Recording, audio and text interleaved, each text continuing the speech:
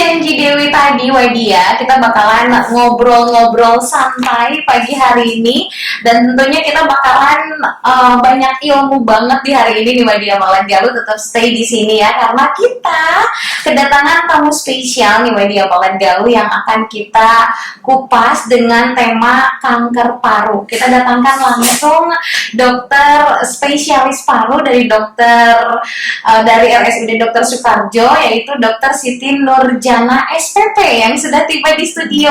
Selamat pagi, Assalamualaikum. Waalaikumsalam warahmatullahi wabarakatuh. Selamat pagi. Selamat pagi. Cek 1, cek 2. Coba dicek dulu Ibu Dokter. Ya, cek. Cek ada ya, Alhamdulillah. Apa kabar nih Ibu Dokter? Alhamdulillah, sehat luar biasa. Sehat luar biasa ya. Terima kasih sudah mampir nih, mau berbagi cerita dengan kita, berbagi ilmu tentunya ya Bu ya. Karena hari ini kita itu punya tema kanker paru. Dan kebetulan Ibu Dokter di sini adalah spesialis paru ya Bu ya. Dari RSUD Dr. Soekarjo. Silahkan perkenalkan diri dulu Ibu Dokter. Assalamualaikum warahmatullahi wabarakatuh. Waalaikumsalam. Kepada seluruh pendengar Radio Galuh. Betul. Saya Dr. Siti Nurjana spesialis paru. Saya dokter spesialis paru di RSUD Dr. Soekarjo. Betul, oke. Jadi saat ini mungkin di RSUD Dr. Soekarjo sudah dibuka poli paru ya. Ada poli paru juga. Masyarakat yang ada keluhan pernapasan, masalah di penyakit paru, silakan nanti untuk datang ke poli paru. Oke, bisa konsultasi juga ya Bu Dokter ya. Insya Allah bisa. Dan hari ini kita bakalan berbagi ilmu ya Bu Dokter ya. Dan pengetahuan kita luar biasa nih Wadia Malandia akan direfresh di sini nih di 89,5. Ibu Dokter, yang pertama pengen Dewi tanya ini ya, definisi kanker paru itu seperti apa tuh Bu Dokter? Jadi kanker paru itu kanker yang terjadi di jaringan paru ya. Yang memang ini terjadi karena ada perubahan sel-sel ya. Perubahan sel-sel pada saluran nafas. Jadi dia berkembang, tidak terkendali. Tidak terkendali. Nah, intinya itu. Tumbuh ya, membesar, bahkan bisa membentuk benjolan atau tumor. Oke, jadi tumornya itu di sekitar paru-paru. Di organ paru. Dan dia bisa menyebar ke area tubuh yang lain. Oke, jadi tidak hanya di paru-paru tersebut. Tapi dia bisa metastasis ya istilahnya. Oke, penyebaran. Serem juga ya Bu ya, karena kan kalau organ dalam ya Bu Dokter, kita nggak bisa melihat secara nyata kayak luka di luar misalkan ya Bu Dokter ya. Karena paru kan letaknya di organ rongga torak ya. Jadi memang masalahnya itu untuk penegakan diagnosisnya. Iya. Oke. Dan mungkin ini pendengar juga harus tahu ya. Untuk kanker paru sendiri memang ini angka kematiannya paling tinggi. Paling tinggi berapa persen Bu Dokter? Untuk kanker itu 1 dari 5 kematian karena kanker paru. Ya ampun. Dan di Indonesia itu memang kejadian kanker paru itu untuk perempuan urutan ketiga. Wah, serem banget ya Bu Dokter. Pertama itu kanker payudara, kanker samping, yang ketiga kanker paru. Kalau pada laki-laki urutan kedua. Urutan kedua, yang pertamanya? Kami biasanya kanker kolorektal. Oke. Khusus besar ya. Luar biasa ya. Tapi tingkat kematiannya paling tinggi. Berarti ini penyakit yang luar biasa besar ya Bu Dokter ya. Terus menurut Ibu Dokter, sebelum kita ke pertanyaan inti, yang menyebabkan kematian tinggi di Indonesia khususnya, itu menurut Ibu Dokter apa nih? Telat diangkat tumornya atau dibiarkan apa bagaimana Bu? Ya, jadi memang kanker paru ini berbeda dengan kanker yang lain. Karena letaknya di dalam organ rongga dada. Jadi memang kebanyakan kasus itu datang sudah stadium lanjut. Oke, jadi tidak diketahui dari awal. Lebih dari 80% itu sudah stadium lanjut, stadium lanjut. Jadi memang kalau suatu kanker sudah stadium lanjut, memang angka harapan hidupnya kita cukup kecil ya.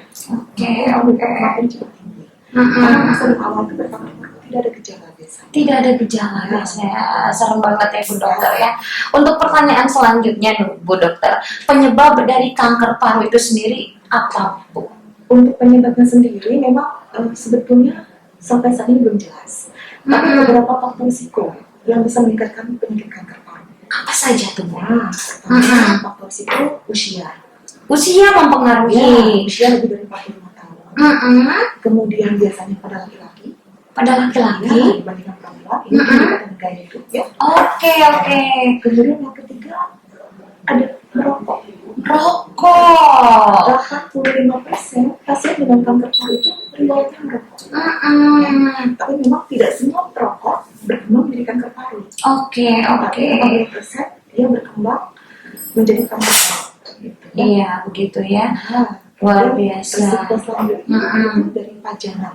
Pajanan itu apa, Bu Jadi Dokter? paparan zat-zat yang bersifat karsinogen, yaitu bersifat dapat membentuk sel kanker. Apa aja tuh, Bu Dokter? Pajanan kimia bisa dari arsen, asbes, misalnya ya. Jadi kalau misalnya memiliki riwayat pekerjaan terpapar dengan pajanan yang berisiko terjadi kanker, itu lebih tinggi. Oke. Jadi misalnya bekerja di penggalangan kapal, bekerja di pabrik tambang. Jadi pekerjaan yang penuh resiko ya, Bu Dokter. Pertambangan, juga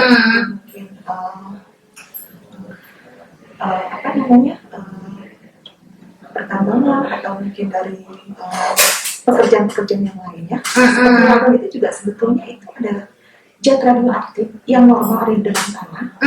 Tapi kalau dia keluar itu kalau terhisap oleh kita, ya itu bisa menyebabkan kanker paru.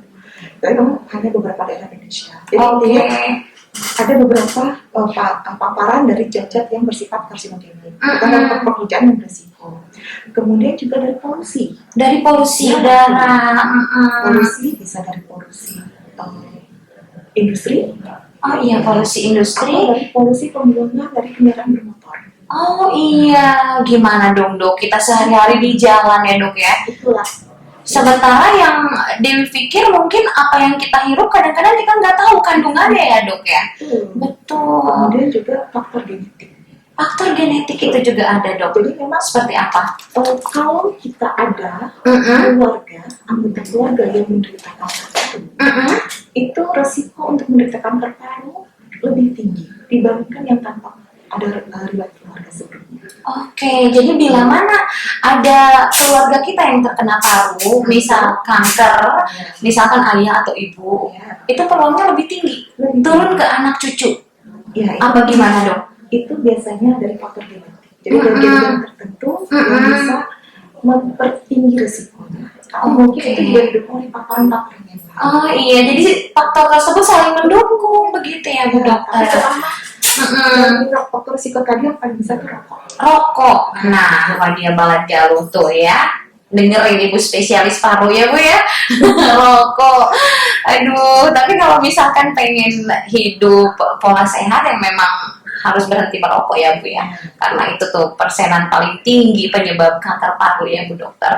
Terus untuk pencetus lain kanker paru atau faktor resikonya seperti apa tuh Bu Dokter? Iya, tadi mungkin yang sudah saya sampaikan ya. Memang ada beberapa faktor risiko yang tadi ya, mulai dari usia, faktor risiko jenis kelamin, genetik, merokok, pekerjaan, faktor polusi. Oke. Nah itu kalau misalnya paparnya terus menerus, itu akan membuat sel-sel normal tadi akan berubah menjadi sel kanker. Jadi dia akan berkembang tidak terkendali, ya, terus menerus tambah besar, ya, akan besar kanker. Waktu yang dibutuhkan dari sel normal, satu sel normal menjadi sel kanker yang berkurang kurang lebih 1 cm. Itu berapa lama Dok? 10 tahun. 10 tahun. Jadi memang prosesnya kronis. Cuma tanpa disadari. Tanpa disadari. Karena ini tanpa gejala Dok. Kalau Apa gimana? Kalau awal mungkin memang tanpa gejala. Tanpa gejala. Tapi setelah tumornya membesar, nah itu baru mulai muncul permasalahan-permasalahan. Serem banget ya Bu Dokter ya. Dan menurut Bu Dokter pun tadi yang memang meninggal tinggi di Indonesia itu karena memang tidak terdeteksi dari awal ya Dok ya. 85%. 85%. Sadar sudah lanjut. Oke. Terus ngomong-ngomong nih Bu Dokter, aku penasaran banget, kanker paru ini adalah penyakit menular atau enggak Dok? Tidak menular. Oke, jadi kalau misalkan kita bebarengan dengan orang yang memang pasien kanker paru, saling menghirup udara itu tidak apa-apa nih? Tidak ya. Oke. Oh, selnya. Tapi memang dia ada paparan sebelumnya dan paparannya dalam jangka waktu yang cukup lama. Oke, siap seperti itu Bu Dokter. Terus untuk gejala awal kanker paru nih Dok, kalau kata ibu dokter tadi emang nyaris nggak ada gejala nih di awal. Terus ketika ada gejala-gejala seperti apa nih yang ditemukan? Memang kalau untuk kanker paru, gejala tidak spesifik sebetulnya. Oke. Jadi tidak terlalu khas. Biasanya kita mulai cari dari gejala respiratorik istilahnya, atau gejala pernapasan lah ya. Gejala pernapasan berarti. Biasanya ada batuk lama, ada batuk darah, ada sesak nafas, ada nyeri dada. Nah, kalau dari gejala sudah seperti itu, ditambah lagi dengan dari pemeriksaan atau dari kita menggali ya, ke pasien, didapatkan faktor risiko yang tadi saya sebutkan. Kita harus mulai berpikir apakah itu salah satunya karena kanker paru atau bukan. Oke. Nah, untuk gejala selanjutnya itu biasanya berhubungan dengan penyebarannya, kankernya. Ya, biasanya gejala selanjutnya itu kadang kita temukan kalau misalnya kankernya letaknya di tengah, ukurannya sudah besar, ya. Kadang dia bisa menekan ke pembuluh darah besar, ke tengah otak. Biasanya kita dapatkan adanya bengkak di wajah, Bengkak di wajah, di leher, di leher, di lengan, di lengan, pelebaran dari pembuluh darah vena di dada. Ya.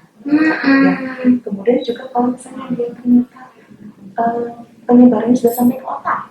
Gimana itu Bu Dokter? Sakit kepala. Yang kadang mungkin kita anggap mungkin diagnosis mungkin bisa namanya stroke misalnya. Karena anggota ternyata tadi diperiksa, dicari, dievaluasi, ternyata itu adalah penyebaran dari kanker. Metastasis ke otak atau metastasis ke tulang kalau ada di tulang. Oke. Tapi kalau gejala umumnya itu selain dari gejala pernapasan, biasanya ada kelelahan. Mudah capek, itu lesu, ya, penurunan berat badan, ya. Oke, Bu Dokter. Iya, betul. Jadi mungkin hal-hal tersebut adalah gejala-gejala dari kanker paru ya Bu Dokter ya. Itu dalam artian tuh dia Malan Galuh kalau misalkan diperiksa di salah satu spesialis ya Bu Dokter itu banyak banget rangkaiannya kan, ke lab ini itu untuk menganalisa ya. Memang alurnya seperti itu ya Bu Dokter. Jadi harus dianalisa betul sama nggak faktornya tadi ada nggak yang mempengaruhi begitu ya Bu Dokter ya. Terus untuk kanker paru sendiri nih Bu Dokter, yang ditemukan di lapangan itu yang paling parah seperti apa Bu Dokter? Ya kalau paling parah biasanya memang sudah deteksinya sudah stadium lanjut. Sudah stadium lanjut Mungkin sudah penyebaran sudah kemana-mana. Oke, itu apakah bisa dengan operasi disembuhkan atau memang sudah tidak ada harapan lagi itu bagaimana Bu Dokter? Paling parah tuh. Jadi kalau untuk penata laksanaan pengobatan ya. Iya, pengobatan betul. Kanker paru itu jadi kan kita harus tahu nih kanker paru ini stadium berapa. Oke, untuk menentukan stadium berapa itu seperti apa Bu Dokter? Itu jadi kita mulai dari alur diagnosis. Saya bisa jelaskan. Iya. Jadi saat kita ada keluhan, itu batuk darah, sesak nyeri dada, bisa disampaikan, ada keluhan lemah, lesu, penurunan berat badan, kepala, nyeri tulang, segala macam. Kita periksa. Nanti mungkin saat diperiksa kan dilakukan anamnesis, wawancara. Wawancara. Kemudian kita akan digali. Penyakitnya seperti apa? Adakah faktor risiko? Oke. Kalau ternyata ada, biasanya dilakukan memang bisa ada batuk nih. Itu sudah berapa lama? Pemeriksaan lanjutan. Pemeriksaan fisik kan biasanya. Nah nanti setelah ada pemeriksaan fisik, kita kan sudah mulai curiga ke arah sana. Nanti kemudian pemeriksaan lanjutan, pemeriksaan foto ronsen. Di ronsen ya Bu. Tapi jadi masalah adalah foto ronsen itu kalau ukurannya kurang dari 1 cm, kurang terlihat jelas. Oke. Atau mungkin posisi tubuhnya di belakang jantung misalnya. Misalkan kan nggak kelihatan ya Bu ya. Jadi memang kalau ukurannya kecil kendalanya seperti itu. Jadi nggak bisa terlihat detail ya Bu. Kecuali kalau memang tumor ukurannya sudah cukup besar. Itu akan terlihat jelas. Kalau masih kecil, tidak terlihat. Kalau posisinya misalnya rongga dada itu kan bukan hanya paru. Iya betul. Ada jantung, ada hati ya Bu. Iya aku pintar Bu. Pelajaran biologi. Jadi, ya itu tadi ya. Nanti potong rongsen seandainya nih, udah dipotong rongsen nih. Iya, kok benar. juga, kok kayak ada ini ya, biasanya dari foto kita melihat ada putih-putih, misalnya kayak terus hubungan warna putih, batasnya juga tegas, biasanya kayak berjeriji gitu ya. Dengan faktor risiko dan gejala kita curiga ke arah sana. Nanti kita mau pemeriksaan lanjutan biasanya. Iya. Apa? Menentukan staging. Staging itu apa? Staging itu stadiumnya. Jadi seberapa besar ukurannya? Apakah sudah menyebar? Apakah Bu. menyebabkan penyakit yang lain? Nah, itu biasanya melakukan dengan pemeriksaan CT scan. CT scan dengan kontras. Nah, kemudian bisa juga dengan pemeriksaan bronkoskopi. Apa tuh Bu Dokter? Bronkoskopi itu adalah pemeriksaan untuk menilai saluran nafas menggunakan alat seperti teropong. Ada alatnya. Seperti teropong, jadi mungkin seperti endoskopi ya. Iya. Itu jadi ujungnya data merahnya. Kita masukkan dalam mulut. Kita masukkan lewat mulut, Bu. Seberapa dalam, Bu? Sampai ke saluran nafasnya. Nanti pertama berat dimonitor. Nanti kalau memang itu biasanya bukan bilasan bronkus, diambil sampel untuk diperiksakan. Kalau saat bronkoskopi kita temukan ada benjolan dan benjolan yang memungkinkan untuk kita ambil biopsi, namanya kita tutup pakai jarum atau kita sikat, kita ambil sampel. Gitu. Bisa juga dengan biopsi yang lain, ya. Dengan transfocal namanya, tapi biasanya dipandu dengan CT scan karena untuk mengetahui lokasi yang pas. Tetap harus pakai kamera ya, Bu. Tapi memang kuncinya untuk kanker paru itu penegakan diagnosis. Jadi stadium sudah tahu, kemudian stagingnya berapa, kemudian jenis selnya apa, tapi belum dengan terapi. Setelah hasil dari biopsi ketemu jenis selnya, baru kita harus menentukan itu diagnosisnya kanker paru, jenis apa, stadium apa. Nah, tata laksananya ini sesuai dengan stadiumnya. Jadi setiap stadium itu beda dalam cara pengobatannya. Beda dan sifatnya individual ya. Iya Bu Dokter. Jadi setiap orang berbeda-beda ya Bu ya. Untuk pertanyaan selanjutnya nih, gejala yang membedakan kanker paru dengan penyakit paru lainnya. Ngomong-ngomong penyakit paru lainnya itu emang banyak Bu penyakit paru. Bisa disebutkan nggak Bu Dokter? Penyakit paru memang ada TBC, tuberkulosis, ada yang disebut dengan PPOK, penyakit paru obstruksi kronis, asma juga itu termasuk penyakit paru. Ada pneumonia itu apa? Radang. Radang pada jaringan paru ya. Mungkin kayak kemarin kan COVID ya, kasus pneumonia kan. Itu termasuk juga COVID. Iya. Terbanyaknya memang ke paru. Organ lain juga ada. Iya betul Bu Dokter. Terus apa lagi Bu Dokter? Cukup banyak ya. Mungkin batuk darah ya.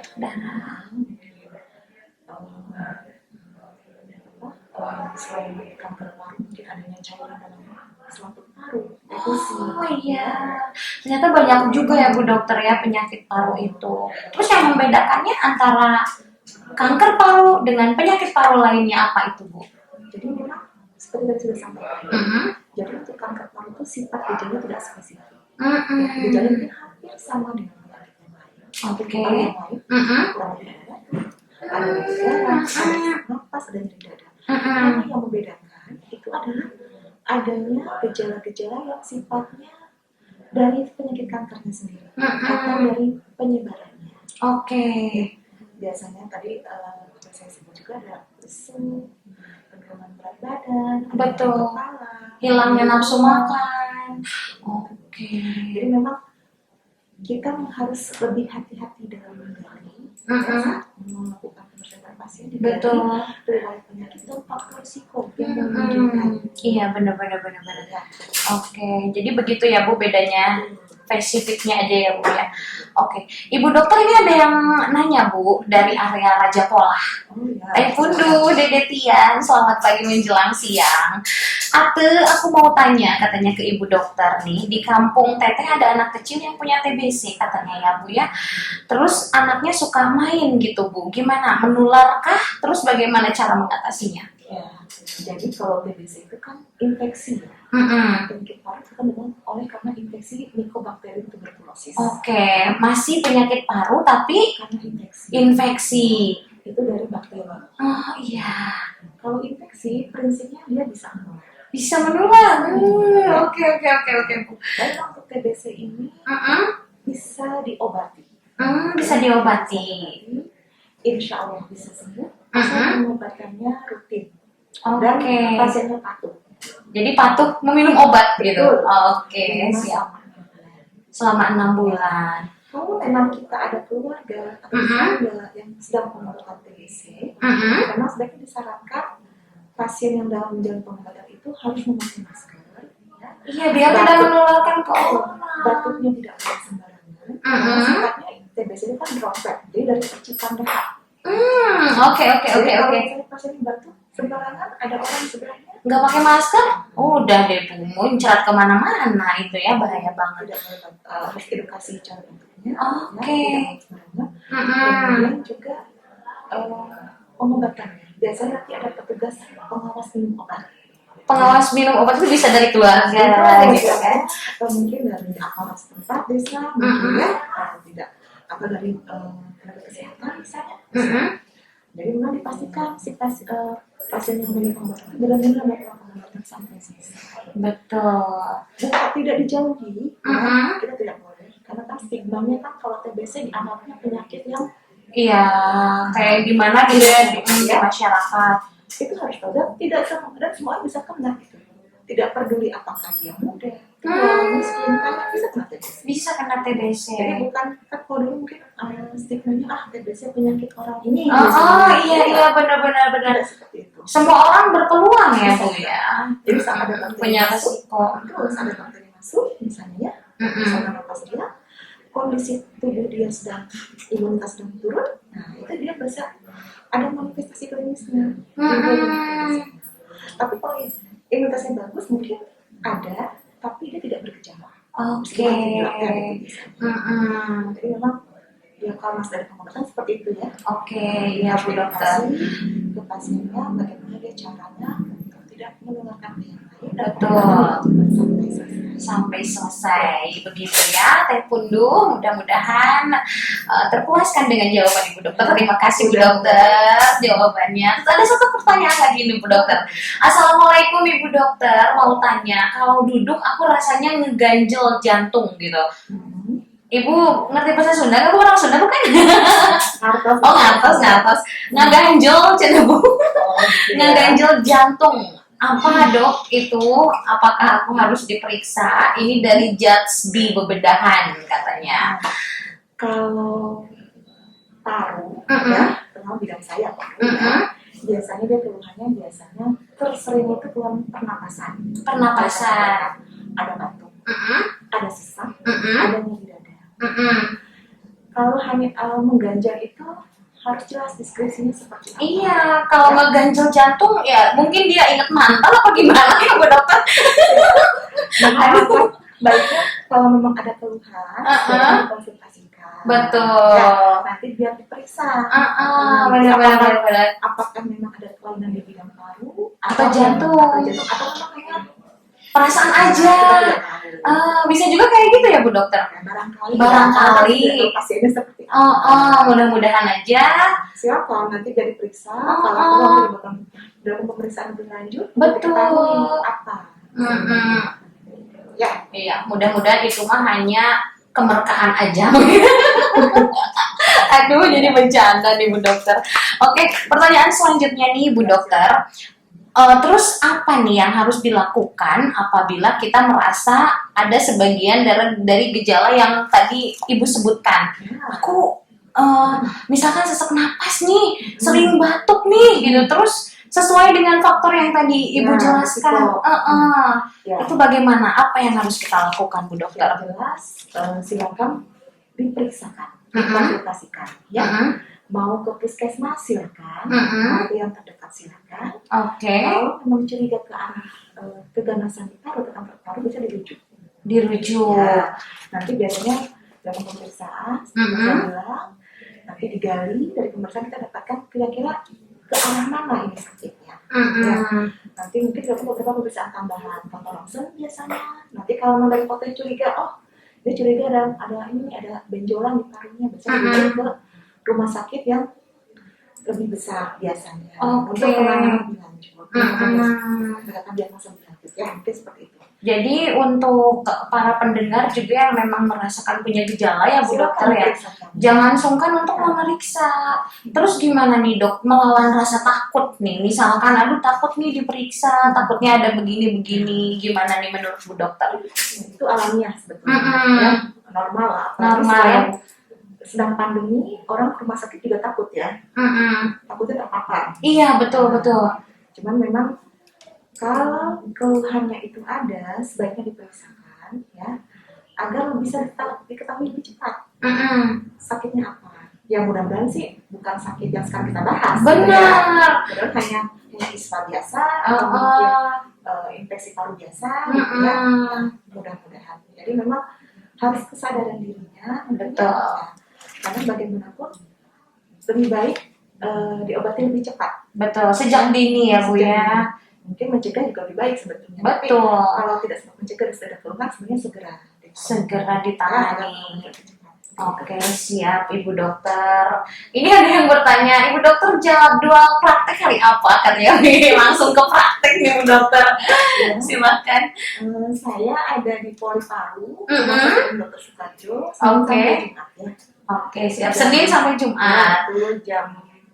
Ya mungkin jam 8 sampai jam 12 ya. Oke, siap. Terima kasih Bu Dokter. Ini jadi banyak yang bertanya nih. Assalamualaikum Dok, paru-paru itu menular nggak? Ini dari Bunda Putung, tadi udah kita bahas ya, nggak menular. Terus dari Teratai di Dadaha.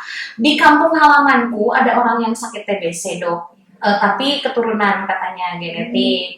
Kalau misalkan keturunan itu bisa diobatin nggak Dok? Begitu. Ada yang bilang kalau genetik katanya susah diobatin. Itu betul nggak Dok? Apa mitos? Mungkin pertama kita klarifikasi dulu nih. Sebenarnya TBC benar. Betul, katanya TBC. TBC itu bukan genetik. Bukan genetik tuh. TBC itu karena infeksi bakteri. Oke, jadi nggak ada hubungannya dengan genetik. Oke. Mungkin ya, misalnya nih orang tua sakit TBC, ya, serumah tinggal ada orang tua, ada anaknya. Oh ya. Iya, sementara TBC kan menular. Jadi seperti itu mungkin. Ya. Oke. Meluruskan ya Bu ya. Untuk TBC itu bukan genetik, infeksi bakteri, tuberkulosis. Oke. Bisa sembuh. Bisa sembuh seperti yang tadi udah dinyatakan tuh ya. Yang penting patuh berobat kurang lebih 6 bulan ya Bu Dokter ya. Untuk pertanyaan selanjutnya nih Bu Dokter, ini pertanyaan inti yang aku takut banget nanyanya nih Bro.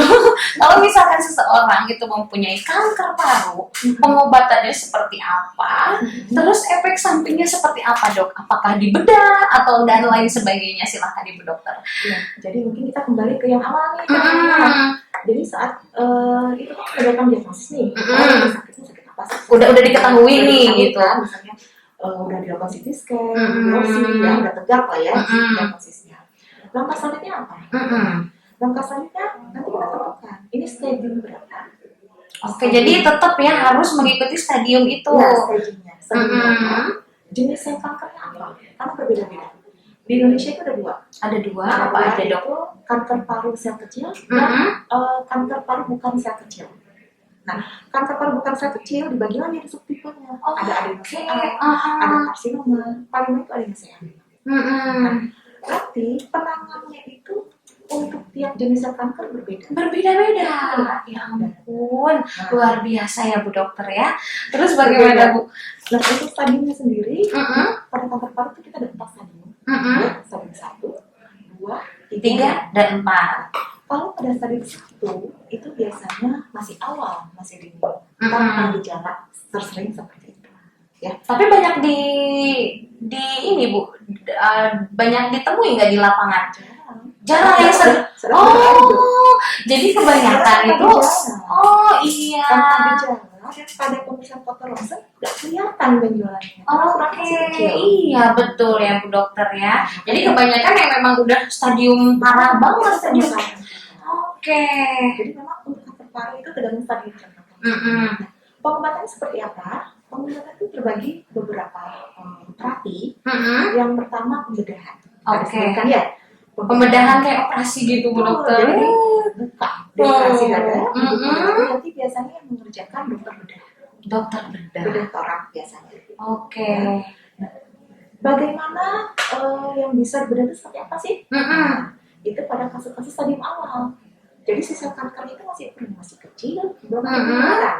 Oke, nggak ada penyebarannya belum. Metastasis, Mm-mm. bisa dibedah. Hmm. Nah, yang kedua itu adalah dengan radioterapi, Radioterapi, penyinaran dengan sinar radiasi. Ya, itu juga harus tahu. Nanti mungkin dokter yang akan menentukan ini bisa di radioterapi atau tidak, tergantung kasusnya. Oh gitu, Bu Dokter. Yang ketiga, pengobatannya adalah kemoterapi. Kemoterapi. Aku dengar katanya kemoterapi menyakitkan, betul itu Bu Dokter? Kemoterapi itu prinsipnya ini. Pasien itu diberikan obat-obat yang bersifat sitotoksik ya. Jadi Sifat apa tuh Bu Dokter? obat-obatan Uh-uh. yang ditujukan untuk membunuh sel kanker. Uh-uh. Akan tetapi bukan hanya sel kanker yang mati, Tapi sel normalnya juga kena. serem banget ya Bu ya. Makanya kalau efek samping untuk kemo biasanya rambutnya jadi rontok, Oke. terus mungkin juga ada mual, muntah. Karena itu efek sampingnya luar biasa ya. Untuk kemonya sendiri memang biasanya Uh-uh. ada dua. Ada kemoterapi yang bentuknya infus obatnya, Uh-uh. ada yang berbentuk minum. Ada yang berbentuk minum. Oke. Untuk menentukan pakai yang infus atau pakai minum nih, Uh-uh. itu harus periksa pemeriksaan lagi, namanya pemeriksaan molekuler. Oke, berarti sangat panjang rangkaiannya ya Bu Dokter. Dan itu juga nanti kalau misalnya kemoterapi dengan infus, Uh-uh. itu biasanya dilakukan sebanyak 4 sampai 6 siklus. Satu siklus itu sekitar 3 minggu jaraknya. Jadi siklus pertama ke siklus kedua sekitar 3 minggu, 4 sampai 6 siklus sambil dievaluasi.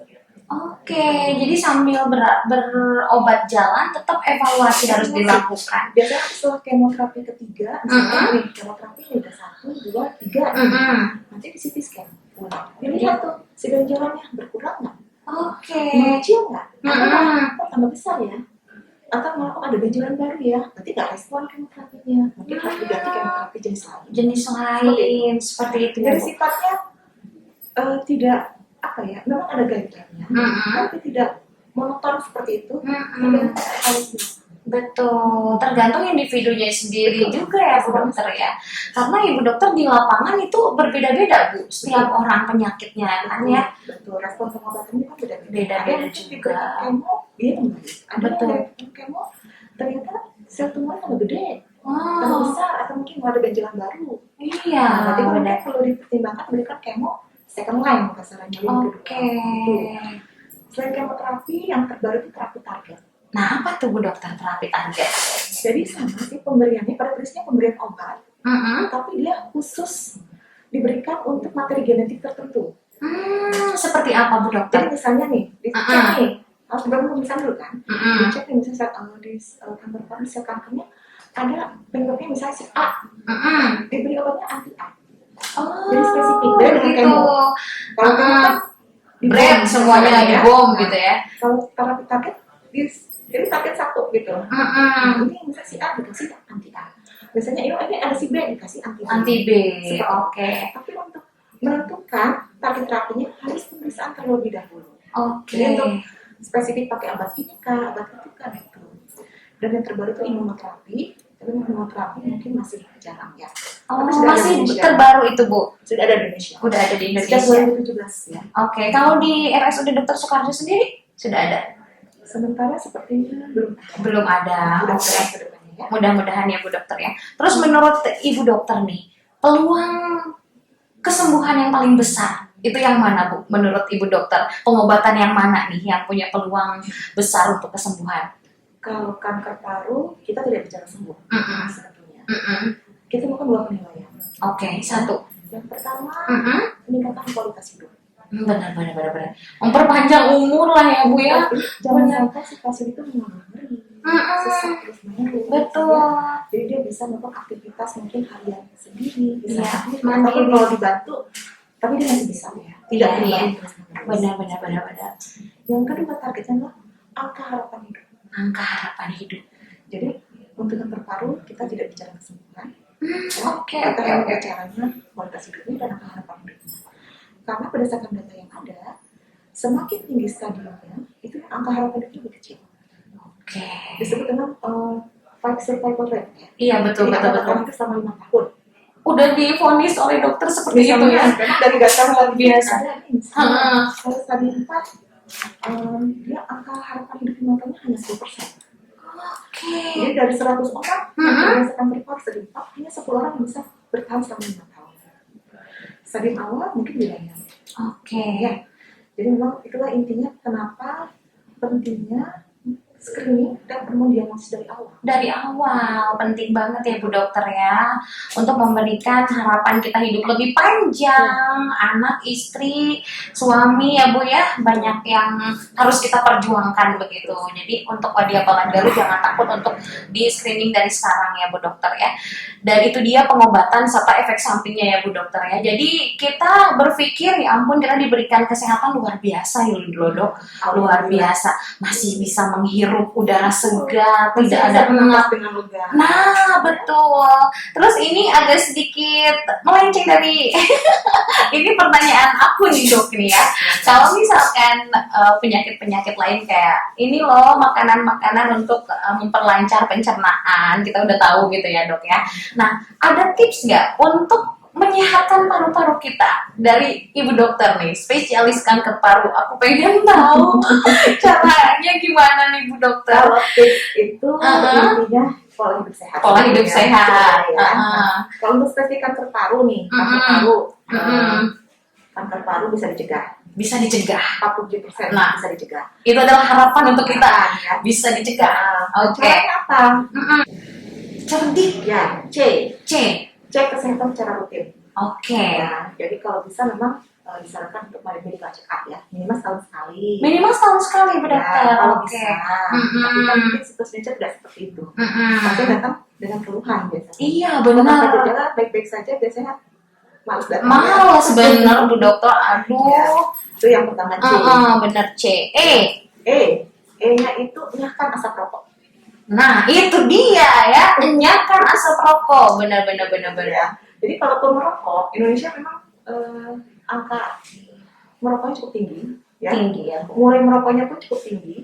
Iya. Usia benar. remaja sudah merokok. Iya benar. Nanti tinggal dilihat saja 30 tahun, 30 tahun kemudian apakah benar menjadi kanker paru atau tidak. Ya ampun. Jadi itu resikonya lebih besar ya Bu. Ya. Dan perokok itu juga bukan hanya perokok aktifnya. Yang perokok merisaknya pasifnya juga risikonya menjadi lebih besar, 2-3 kali lebih besar tak dibandingkan tanpa merokok. Oke. Itu perokok pasif. Dan yang terbaru juga ada namanya third hand smoke. Jadi Jadi Bu, orang yang merokok itu akan meninggalkan residunya, bekas-bekasnya, sisa-sisanya di sofa, di pakaian, benar. misalnya Di anak gorden. kecil, Iya benar. terpapar. Mungkin terpapar kalau cuma sebentar nggak masalah, tapi kalau berjangka waktu lama, Jadi mengendap ya Bu ya, terhirup sama anak sama istri. ya. Ada 3. Nah, tadi soal mana? R sekarang. R ya. R itu rutin berolahraga. Rutin berolahraga. Oke, sama Sesuai ya. dengan kemampuan dan kapasitas masing-masing. Betul. Ya. Nggak usah olahraga berat ya Bu ya, yang ringan-ringan juga semampunya. Oke. CERD Bu. D, dia seimbang. Diet seimbang. Ya, betul. Oke. Jadi cukup protein, cukup kalori, vitamin mineral ya. Tidak berlebihan, tidak kekurangan juga. Oke. Normal lah maksudnya. Ya semua juga punya kesehatan seperti itu. Betul. Demi kita juga ya Bu ya. Betul. Yang I-nya Bu, Istirahat yang cukup. istirahat yang cukup. Jadi tubuh diberi waktu untuk recovery. Iya benar. Ya, jadi sel-sel baru juga bisa terbentuk lagi ya. Lebih ya ada waktu untuk tubuh recovery. Oke. Ya. Oke, betul. Yang terakhir Bu, K. Nah, kalau satu kelola stres. Kelola stres. Oke, siap Bu Dokter. Ya, bagi musim pandemi, masa Benar. pandemi seperti ini, Tingkat kedepresian semakin tinggi. hati-hati. Kalau aku bukan menentukan paru ya, saya Iya. seperti itu ya. Oke, betul. Ibu Dokter, terima kasih tipsnya ya. Tapi aku masih ada pertanyaan lagi nih Bu Dokter. Tadi kan udah dijawab ya, apakah kanker bisa sembuh? kita nggak Tidak ngomongin bicara kesembuhan tuh ya. Aduh, serem banget nih Bu Dokter. Terus yang terakhir nih Bu, pertanyaan yang terakhir sebelum kita pamit, apa yang harus dilakukan supaya terhindar dari penyakit tersebut? Udah juga dikasih tipsnya.